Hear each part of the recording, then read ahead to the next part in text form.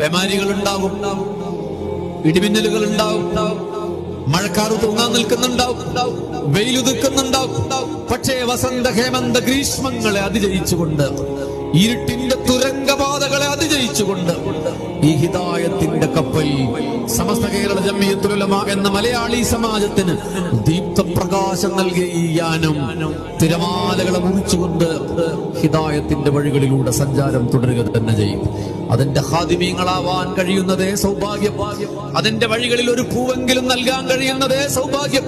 നാളെ മഹ്ശറാവൻ സഭയിൽ ജനകോടികൾ ഒരുമിച്ച് കൂടിയ നിരാശജനകമായ ഏകാന്തമായി പോകുന്ന അസഖ്യമായ ഏകാന്തതയിൽ ആൾക്കൂട്ടത്തിൽ തനിയെ ഒറ്റപ്പെട്ടു പോകുന്ന മുഹൂർത്തത്തിൽ പൊന്നുമോനെ നിന്നെ ഞാൻ അറിയപ്പെടാ എന്നാൽ ആൾക്കൂട്ടത്തിന്റെ ഇടയിൽ സമസ്തയ്ക്ക് പ്രവർത്തിച്ചതിന്റെ പേരിൽ, അതിനുവേണ്ടി സംസാരിച്ചതിന്റെ പേരിൽ, അതിനുവേണ്ടി സഹിച്ചതിന്റെ പേരിൽ, അതിനുവേണ്ടി സഹായിച്ചതിന്റെ പേരിൽ, അതിനുവേണ്ടി സഹകരിച്ചതിന്റെ പേരിൽ മഹാനരായ കണ്ണിയത്ത് ഉസ്താദിന്റെ ഒരു കൈ മോനെ ഞാൻ നിന്നെ അറിയപ്പെടാ എന്നൊരു വിളി, ആ ഒരു വിളിയുടെ പ്രതീക്ഷയിൽ നമുക്ക് മുന്നോട്ട് ഗമിക്കാം.